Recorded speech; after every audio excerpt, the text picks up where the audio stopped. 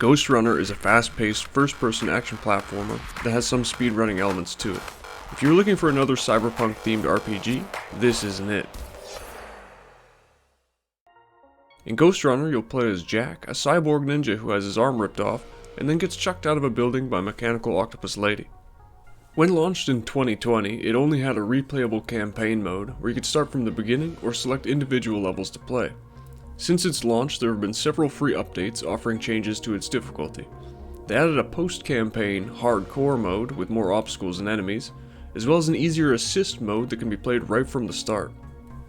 Additionally, there are also 2 alternate gameplay modes, including a more speedrun-focused time trial mode called Kill Run, which is definitely the best mode, but for some reason there's only 5 levels.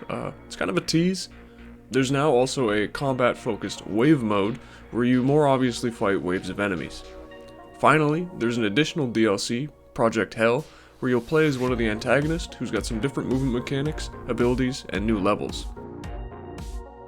The base game should take around 8 hours to beat, but with its DLC and replayability, it wouldn't be hard to spend 40 hours honing your skills as a ninja.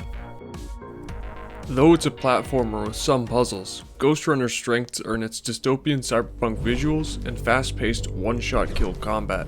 You'll really feel like a badass hopping around, dodging enemies, wall riding, and chopping people in half. The story is pretty good, although it's mostly background noise, both literally and figuratively. I'm not going to spoil it, but you basically have to climb back up the big-ass tower for a rematch against the octopus lady. But maybe you'll make some friends and learn something new along the way. When you first start the game, your character will get rebooted with a shiny new robot arm and some pretty bad amnesia. You'll forget who you are, where you are, why this guy in particular needed to die, and also how to be a ninja, because you'll fucking die a lot. I'm not kidding, the first playthrough is gonna be rough. The fun comes in mastering the mechanics, learning the enemies, and then replaying levels for better times. You'll really want to push yourself to see just how fast you can complete stages, but sometimes going slowly is the better way to play. Running, dashing, sliding, wall running, and a mid-air slow motion ability called Sensory Boost are your primary methods of getting around. In most areas you can also use a grapple hook, hack movable obstacles, ride ziplines, and pick up programming boosts that let you jump further and run faster. This is very easy to learn.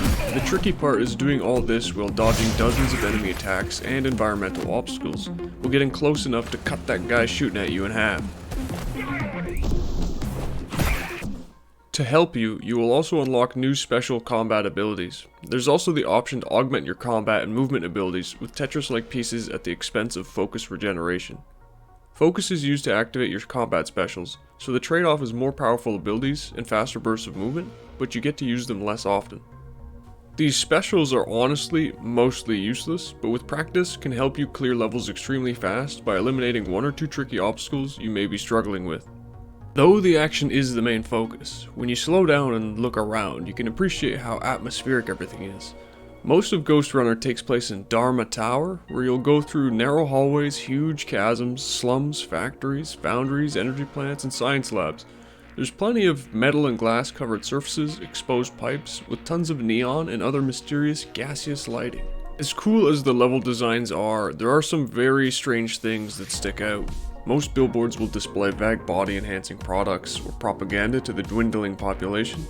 The layout of some levels is so confusing you have to wonder how any non-robot gets around, and I'm pretty sure I saw signs in at least 6 different languages on the same wall. I've covered the cool and the strange, now I want to mention the bad stuff. The few parts of Ghostrunner not taking place in Dharma Tower take place in the Cyber Void. These levels are easily the worst part of the game.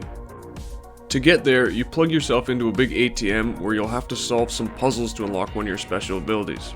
You'll find yourself walking around in circles collecting orbs while a voice in your head tells you what a disappointment you are. I found this to be very relatable.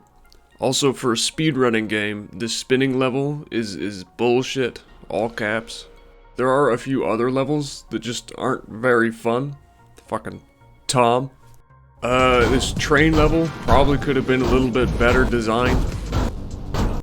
There are some less subjective problems that Ghostrunner has. For instance, the controls seem inconsistent when jumping or transitioning between obstacles. Trying to get the collectibles in some spots is very risky. You can easily die just trying to pick one up. Sometimes the zipline or grapple won't work properly, sending you flying into the abyss. But the worst part is definitely the wall clipping. Several times in my playthrough I went to wall run and simply teleported through the wall or ended up someplace else. Imagine going for a high score on a level and just, oop, see you later pal. The final problem is with the enemies, cheating bastards. Having a one-shot kill makes the enemies easy to kill, and half the time Ghostrunner gives a nice little intro to new enemies, which tells you how to beat them. Other times the game will just say fuck you, and you get shot in the face by a big ass laser. When undeserved deaths start happening, the game gets really annoying. Enemy attacks can show up the second you land, or they can track you through walls. Other times it seems that you can't get them to attack you or to move where you want them, no matter how seductive you are. They can also pinpoint attack you, or do a 180 turn even after you use your special abilities. So, the $1,000,000 question, is Ghostrunner worth your time? Yes, it's a lot of fun. I would strongly recommend Ghostrunner to anyone who is a fan of other time trial games, first-person platformers, and even the Trials series. Before I end this review, I'll say not everyone would like this game, even if it's become one of my favorites. That said, even I found myself exhaling through my nose and rolling my eyes at some of the bullshit Ghostrunner threw at me. However, good looks, solid mechanics, and an amazing soundtrack make Ghostrunner worthy of your time.